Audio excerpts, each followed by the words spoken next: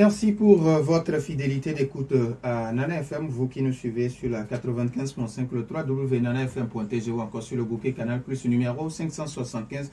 Bonjour, bienvenue au troisième numéro du débat de Nana FM de cette semaine. L'Université de Lomé a servi de cadre le vendredi 30 juin dernier pour la dédicace d'un ouvrage, un genre littéraire Histoire de vie, du village à la table des rois, retrace l'histoire de son auteur, Christian Enionam Foli Kossi, et l'auteur est en studio ce matin avec nous. Monsieur Foli Kossi, bonjour. Bonjour. Merci d'avoir accepté notre invitation. C'est mon plus grand plaisir et honneur. Alors, les auditeurs, vous avez donc la possibilité d'intervenir dans ce débat sur nos deux numéros, 91 09 71 71 ou le 96 61 58 58 à partir de 7h35 minutes avec Francis Dobévi à la mise en onde. Je suis Norbert Djoubadji. Une fois encore, merci pour votre fidélité, Monsieur Foli Kossi, merci pour votre disponibilité. Alors, je sais que vous avez plusieurs casquettes, donc je veux vous demander humblement de vous présenter à nos fidèles auditeurs. Merci bien, merci pour ce privilège. Le nom, vous l'avez déjà donné, Christian Enionam Foli Kossi, ancien directeur d'Air Afrique, du moins à Air Afrique, ancien secrétaire général de l'AFRA, l'Association des compagnies aériennes africaines, entendez depuis le nord, Royal Air Maroc, Égypte Air, jusqu'à South African Airways au sud, et Air Mauritius. Aujourd'hui, je suis à la retraite de toutes ces activités, mais je demeure consultant et conférencier international. En Afrique de l'Ouest, excusez du peu, je suis membre fondateur de la compagnie Askai, aux côtés du président Gervais Kofi Djondo, un homme de grand mérite. Et dans ma communauté à Palimé, je suis fiato, ou tuteur du roi, Togwigan Honsis, chef canton et chef supérieur de la ville. Alors, tout être humain, dans sa quête d'immortalité, laisse ses empreintes sur le rocher du Thon pour que les générations futures puissent apprendre de sa vie. Vous, qu'est-ce qui vous a poussé à sortir du village à la table des rois? Des empreintes sur le rocher, que j'adore le terme.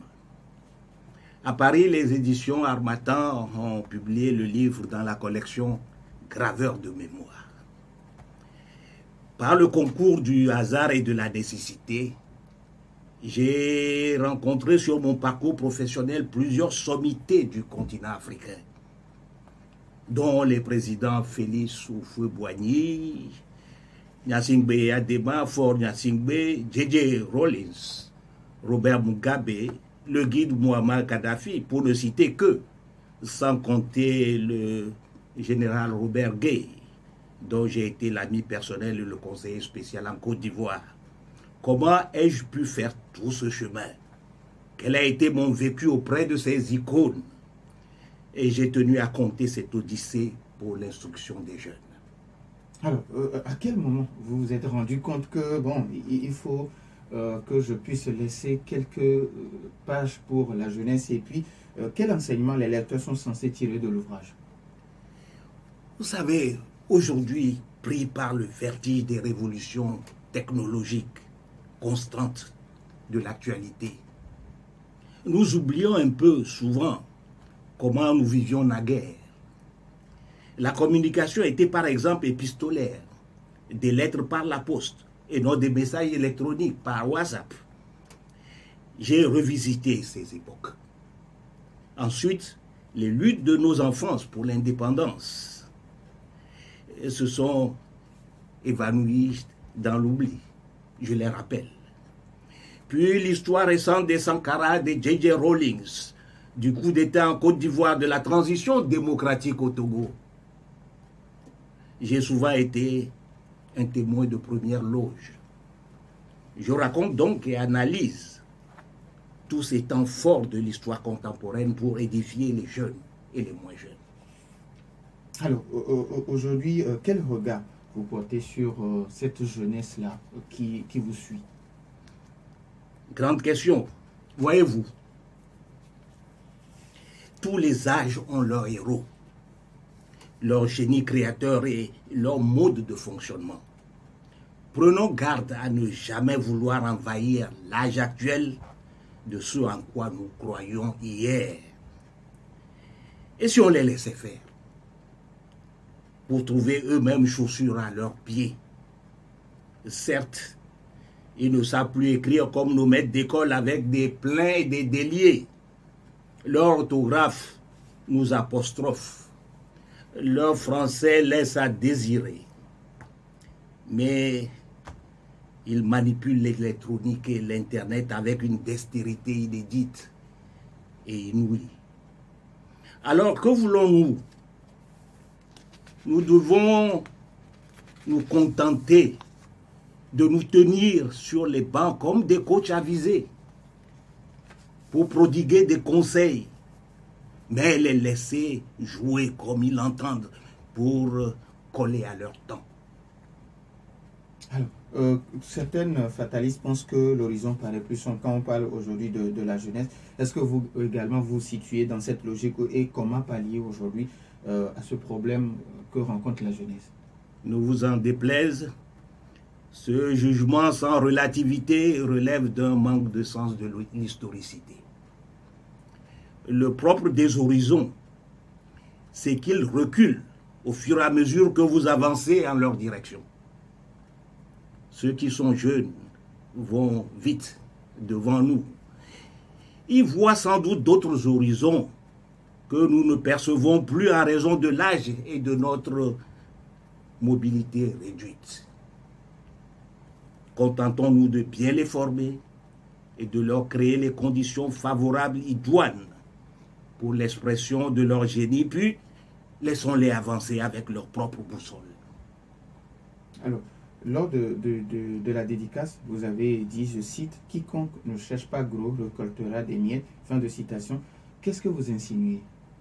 Nous sommes dans un monde globalisé, voyez-vous, où bientôt rien ne nous appartiendrait plus exclusivement à nous seuls, avec des droits de propriété immuables reconnus. Les Japonais et les Européens viennent pêcher dans les eaux territoriales de l'Afrique. Les Chinois achètent des terres arables dans nos villages. Et les bonnes choses du monde semblent rentrer dans un pot commun. Et chacun doit se battre pour avoir sa part de ce gâteau géant. Mais dans le contexte d'une population en croissance vertigineuse, de 8 milliards en novembre 2022, la population mondiale est estimée autour de 10 milliards en 2050. Dans ces conditions, tous ceux qui ne sauront pas jouer des coudes et se défendre avec vigueur seront écrasés et périront. Il en sera ainsi des individus comme des États. Ceux qui se contentent de peu mourront de faim. Revenons un peu à l'ouvrage du village à la table des rois. Que comprendre? C'est l'Odyssée, tout le sens de l'Odyssée.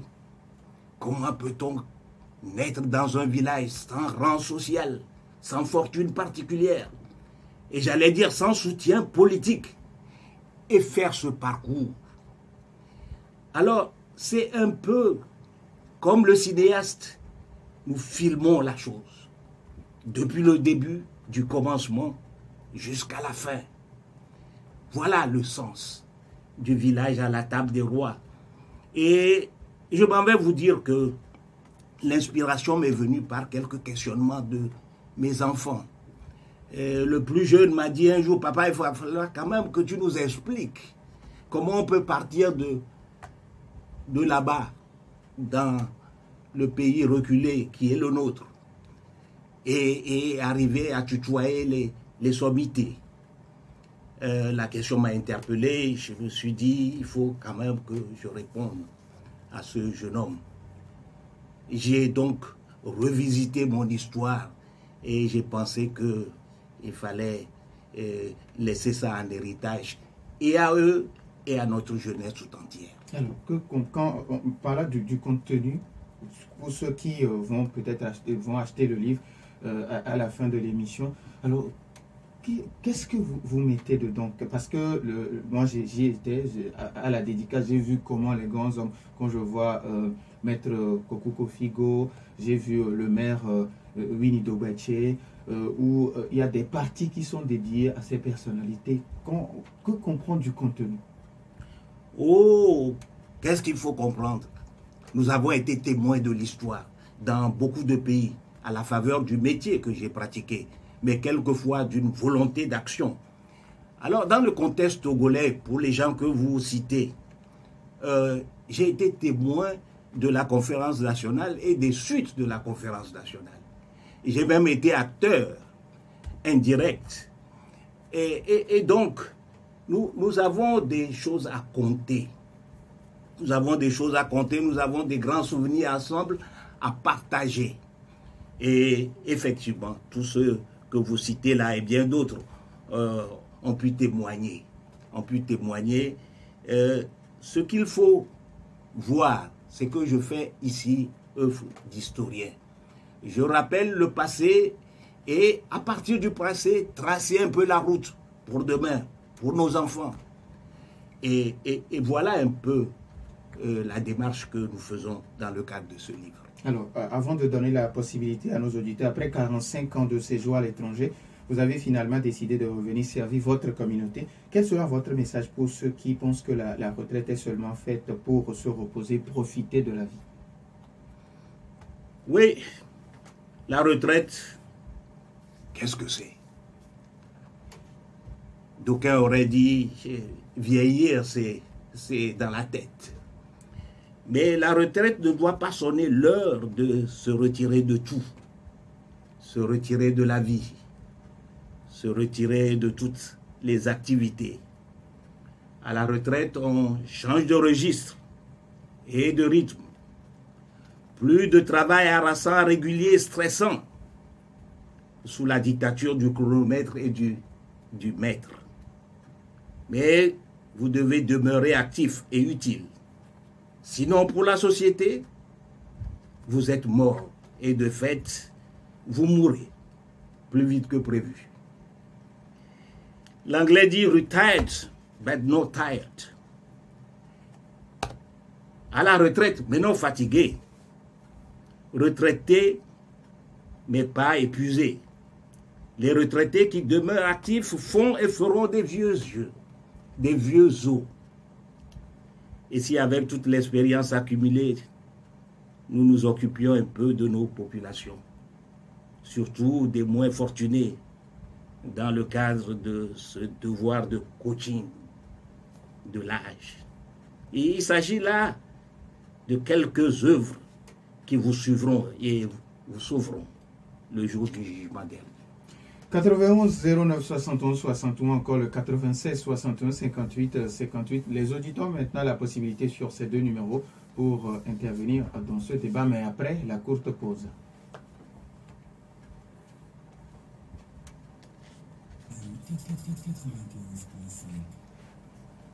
Retour dans les studios de Nana FM 91 09 71 71 ou le 96 61 58 58. Nous avons un premier auditeur en ligne, Nana FM. Allô?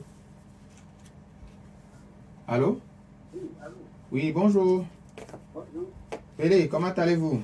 Très bien. Oui, allez-y, on vous écoute. Bon, vous avez l'invité. Bon, on l'a expliqué. Et je pense que nous avons besoin de ces gens-là. Je ne sais pas si notre invité et notre combattant togolais, il a fait le parcours quand il nous a dit tout à l'heure. Oui, je voudrais seulement vous présenter un peu la nuit de 5 février 2007 jusqu'à aujourd'hui. Merci. Merci à vous aussi. 91 09 71 71 ou le 96 61 58 58. Les auditeurs ont toujours la possibilité d'intervenir dans ce débat. Est-ce que nous avons un autre auditeur en ligne? Alors, monsieur Folik aussi, vous avez... Oui, nous avons un autre auditeur. Un FM, allô? Allô? Oui, bonjour Armand. Bonjour, Norbert. Comment allez-vous? de ne pas présent. Oui, allez-y, notre invité vous écoute. Notre invité. Il faut saluer l'œuvre que notre invité nous présente ici, parce que le constat qu'on fait, c'est que bon nombre de cadres et de militaires africains n'arrivent pas à sortir comme il faut les documents, leur mémoire en faveur des jeunes générations. Il faut dire que c'est très important parce que ce qui édifiera mieux la jeune génération et bon, elle peut, un temps soit peu, profiter de tout ceci pour avancer. Merci. Merci à vous aussi. 80 09 71 71 ou le 96 61 58 58 Nana FM. Allô? Mon directeur, bonjour. Papa Sibiti, bonjour. Une grande doléance de ma part. Si le téléphone sonne qu'il est libre, je vous prie de nous garder pour. Alors, Papa Sibiti, excusez-nous, mais comme nous avons juste... Allô? Allô? C'est parce que nous avons un seul technicien et c'est lui qui est déjà aussi à la console et au téléphone, c'est pourquoi. Donc, excusez-nous si ça tarde un peu. C'est ça. Parce que il y a des personnes. Bonjour, mon PDG. Bonjour. Bonjour, bonjour. Je suis à l'écoute. Non, écoutez-moi d'abord. Papa Sibiti, il a déjà répondu, s'il vous plaît. Merci, parce que vous êtes quelqu'un, vous êtes un poumon. Quand j'entends Air Afrique, j'ai une nostalgie. Vous me faites plaisir. Il y a un de vos frères, Adigo Meda. Oui. Quand j'apprends que c'est le PDG, grand, le Moutoufa, vraiment, je pense à l'ancien vice-président Antoine Miel. Merci beaucoup, parce que c'est son père intime. Je voudrais dire, l'éducation, c'est de transmettre à la génération future l'expérience des anciens. Je suis d'accord avec moi. Mais la jeunesse, elle a un chemin devant, comme vous le dites, mais est-ce qu'elle est prête à faire ce que nous leur donnons? Parce qu'aujourd'hui, il suffit d'être quelqu'un à un petit diplôme, son père, sa maman, ces gens qui ne valent plus pour rien, pour lui, parce que c'est un cultivateur. Qu'est-ce que vous pensez? Qu'est-ce que nous devons faire? C'est ça ce que nous devons. Sinon, nous sommes voués à l'échec. Nous allons partir et la nation va brûler. Merci beaucoup. Merci beaucoup à vous aussi, Papa Sibiti. Nana FM, allô? Oui, allô, bonjour. Mas Dadido Gomé, bonjour. Bonjour à votre invité. Bonjour. J'avais suivi sur les réseaux sociaux Oui. la dédicace de son œuvre. Je n'avais pas tellement bien compris, j'ai mieux revu. Heureusement qu'il est là ce matin. Je vais lui poser quelques questions. Oui, Je allez-y. voudrais faire une petite remarque avant. Quand nous parlons de la jeunesse qui n'est pas attractive, qui n'est pas à l'écoute, c'est un phénomène naturel. C'est selon moi. Parce que dans mon enfance, je me rappelle que c'était la même chose qu'on disait à notre propos.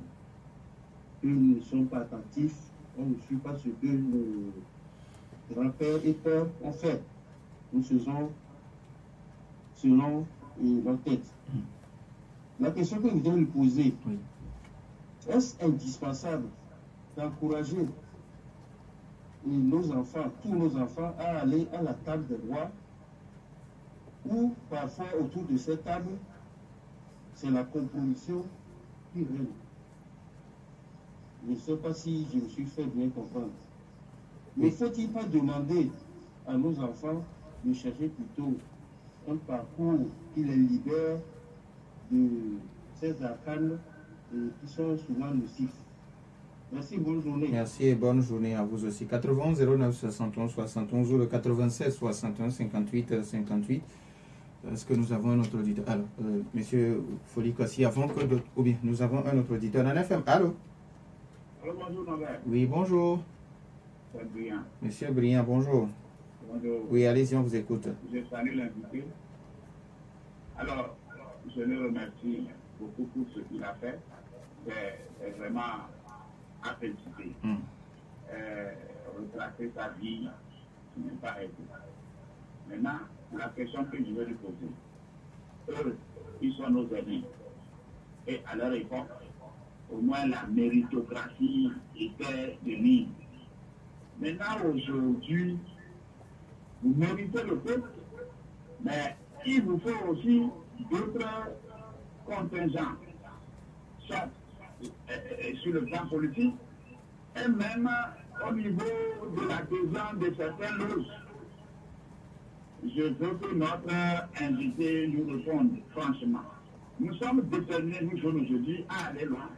Mais des fois, quand vous déposez les dossiers, vous voulez entreprendre tout ça là, il y a certaines contraintes qui vous obligent des fois à adhérer à un parti politique pour pouvoir au moins sauver votre vie ou bien à un loge.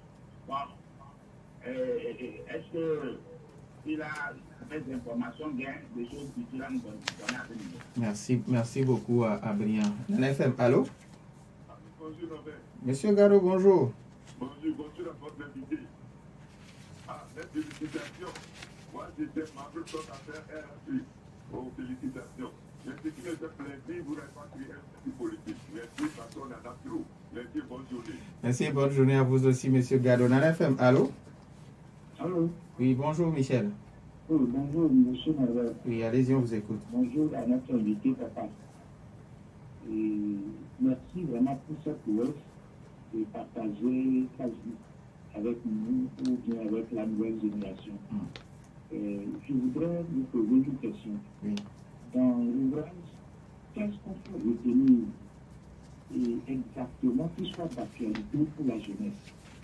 Parce que l'honneur, le travail, la rigueur, la conscience, la détermination, ce sont des facteurs qui ne varient pas dans le temps. Et alors que la nouvelle donne aujourd'hui, la politique a tout perverti. Ce qui fait que, comme l'a dit Brian ou quelqu'un tout à l'heure, il faut adhérer quelque part pour avoir quelque chose. La méritocratie n'est plus de nous, en quelque sorte. Donc, qu'est-ce qu'on peut tirer exactement pour nous qui n'avons pas encore peut-être eu la chance de lire son ouvrage? Qu'est-ce qu'on peut tirer de cet ouvrage-là qui soit serviable pour nous aujourd'hui et pour les jeunes d'aujourd'hui, pour qu'ils puissent également se réaliser dans l'avenir? Merci et bonne journée. Merci et bonne journée. On prend le tout dernier auditeur. 91 09 71 71 ou le 96 61 58 58. Bon, monsieur Folik, si vous avez suivi avec attention les uns et les autres, je ne sais pas si vous voulez commencer par le bas ou par le haut. Oui, nous irons dans l'ordre, même s'il faut sauter du coq à l'âne. D'accord. Pélé qui vous demande ce que vous pensez de la nuit du 5 février 2005 jusqu'à aujourd'hui. Si vous pouvez nous parler un peu de... La nuit du 5 février. Excusez-moi de manquer de culture sur le 5 février. Il s'agit de la nuit des longs couteaux. Il s'agit de quoi le 5 février? Sûrement qu'il fait allusion au décès de l'ancien président, M. Iyadémane Singbe. Ah, grande nuit. Nuit dans tous les sens. Parce qu'un baobab est tombé ce jour-là. Et il est baobab pour le nombre d'années qu'il a passé à la tête de ce pays. Et rien aujourd'hui n'a de fondement qui ne prenne racine, peu ou prou, de son temps. Je l'ai vécu en partie. Et donc, le moment venu en profondeur, nous pourrions en parler avec le détachement de l'analyste que je suis. Alors, qu'est-ce qui s'est passé depuis lors dans notre pays où un autre leader a pris la suite et a conduit le pays avec méthode? chacun y va de son appréciation, mais je vous dirais, pour avoir parcouru le monde, que le pays avance. Et nous en ferons le bilan. Alors, au-delà de ça, je reviens aux questions un peu dans l'ordre. Qu'est-ce qu'il faut transmettre aux générations futures? Qu'est-ce qu'il faut faire dans le cadre de ce livre? Qu'est-ce qu'il faut retenir pour la jeunesse? Mais d'abord que on ne bâtit rien sans l'effort, sans le travail. Nous avons été témoins à un moment de l'histoire. Nous devons leur conter ce qui s'est passé pour qu'ils prennent le relais, comme dans toutes les grandes courses de relais, et continuent le chemin pour aller un peu plus loin.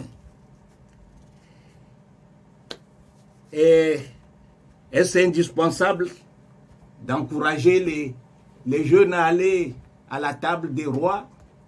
Où il y a compromission, comme le dit Où il y a compromission. Voyez-vous, il faut appartenir à son temps. Si compromission il y a, c'est au travail, un travail des citoyens de tous les rangs d'œuvrer à la correction de ces compromissions. Il faut que nous sachions saisir toutes les occasions pour améliorer notre société. Diagnostiquer les maux, certes, mais vivre uniquement dans la critique ne nous amène nulle part. Toute maladie diagnostiquée doit être soignée. Voilà l'approche de positivité que je recommande. Alors, quand Masda Dido pense que quand on dit aujourd'hui que la jeunesse n'est pas attentive, il pense que c'est un phénomène naturel parce qu'à leur temps, on disait pratiquement les mêmes choses, que la jeunesse n'est pas attentive. Oui. Vous savez, les adultes pensent avoir fait du chemin par rapport aux plus jeunes. Moi, je m'amuse à regarder les évolutions du temps et à observer que finalement, chacun mérite le sien. Cette jeunesse qui ne fait pas comme nous a ses propres vertus. Et nous y viendrons peut-être sur certaines questions. Voyez-vous, l'électronique est de leur temps. La vitesse de cette électronique et la profusion des informations glanées partout, j'allais dire au niveau du monde, est extraordinaire. Donc, moi je suis de ceux qui prennent du recul, les observent et disent, ils jouent différemment que nous, mais ça ne manque pas de richesse. Il faut peut-être que nous nous convertissions à leur rythme aussi. Quand il pense également qu'il faut donner aujourd'hui la possibilité à la jeunesse de choisir un parcours qui le libère. Oui, c'est bien ce que j'annonçais tout à l'heure. Il faut laisser chaque génération donner le la de sa musique. Et ne pas s'en tenir seulement à ce que nous connaissions. Et ce serait se bloquer dans le passé. La jeunesse a son propre génie créateur. Nous devons effectivement le laisser exprimer, la laisser exprimer ce génie créateur.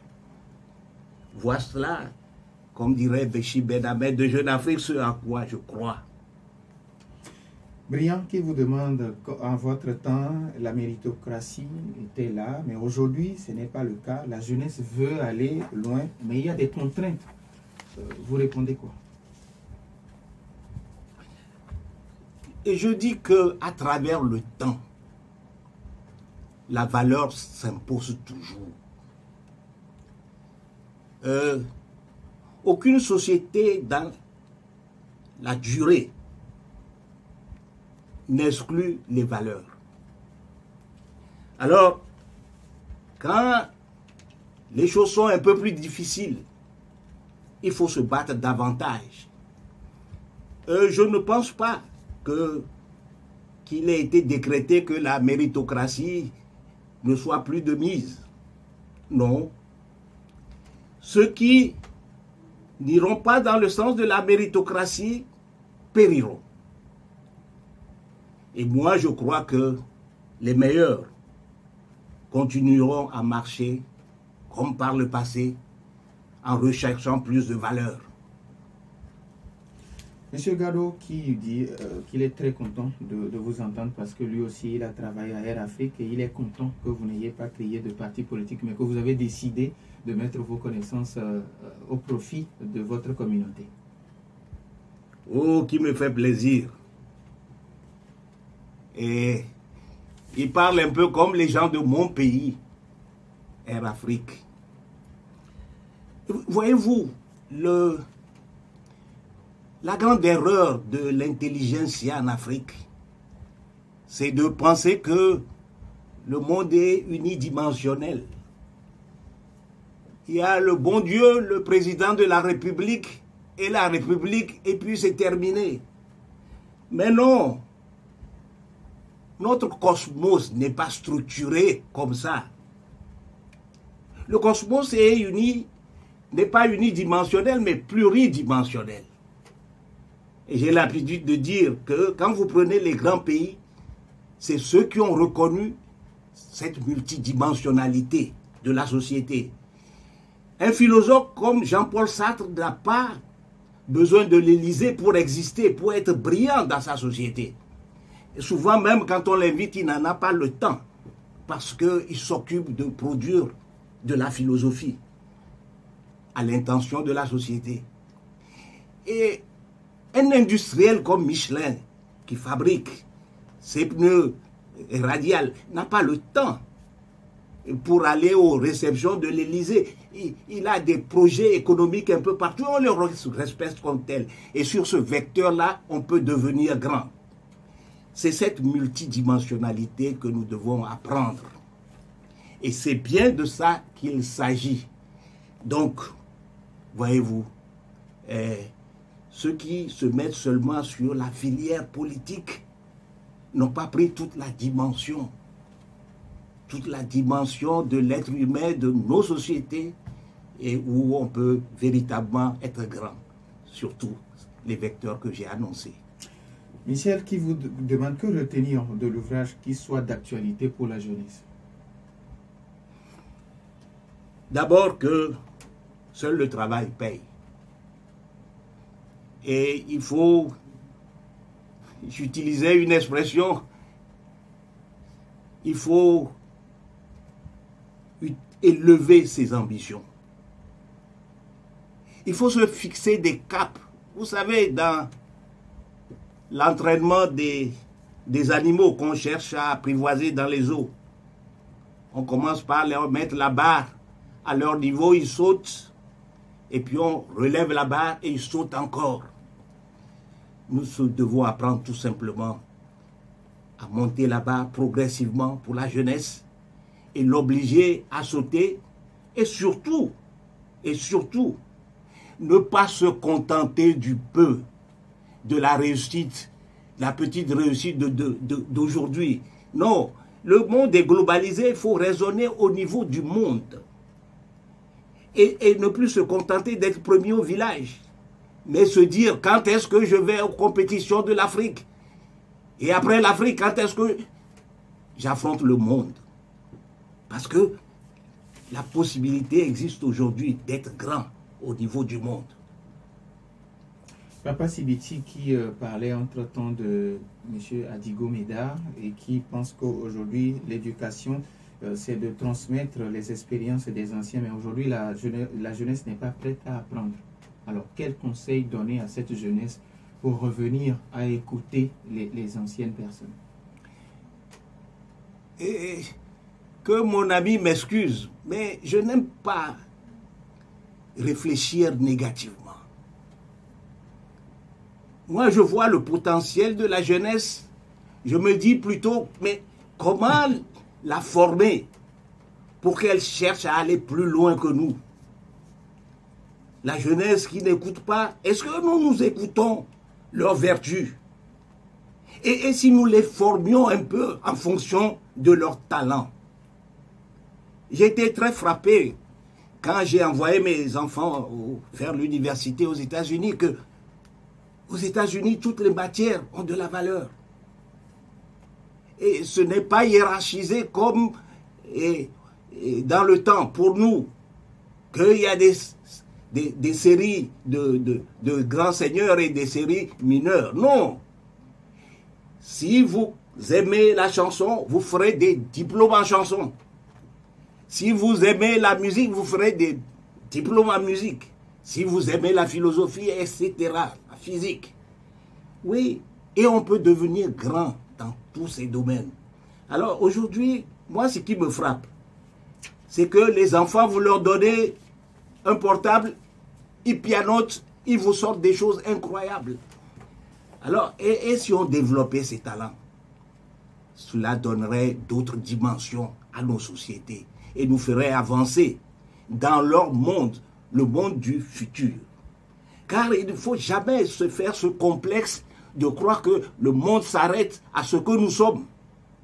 Non, il continue, et s'il continue, il a besoin d'autres dynamismes, de réflexion. Et voilà ce en quoi je crois. Et voilà ce en quoi j'aimerais inviter nos amis à investir leur foi, leur optimisme.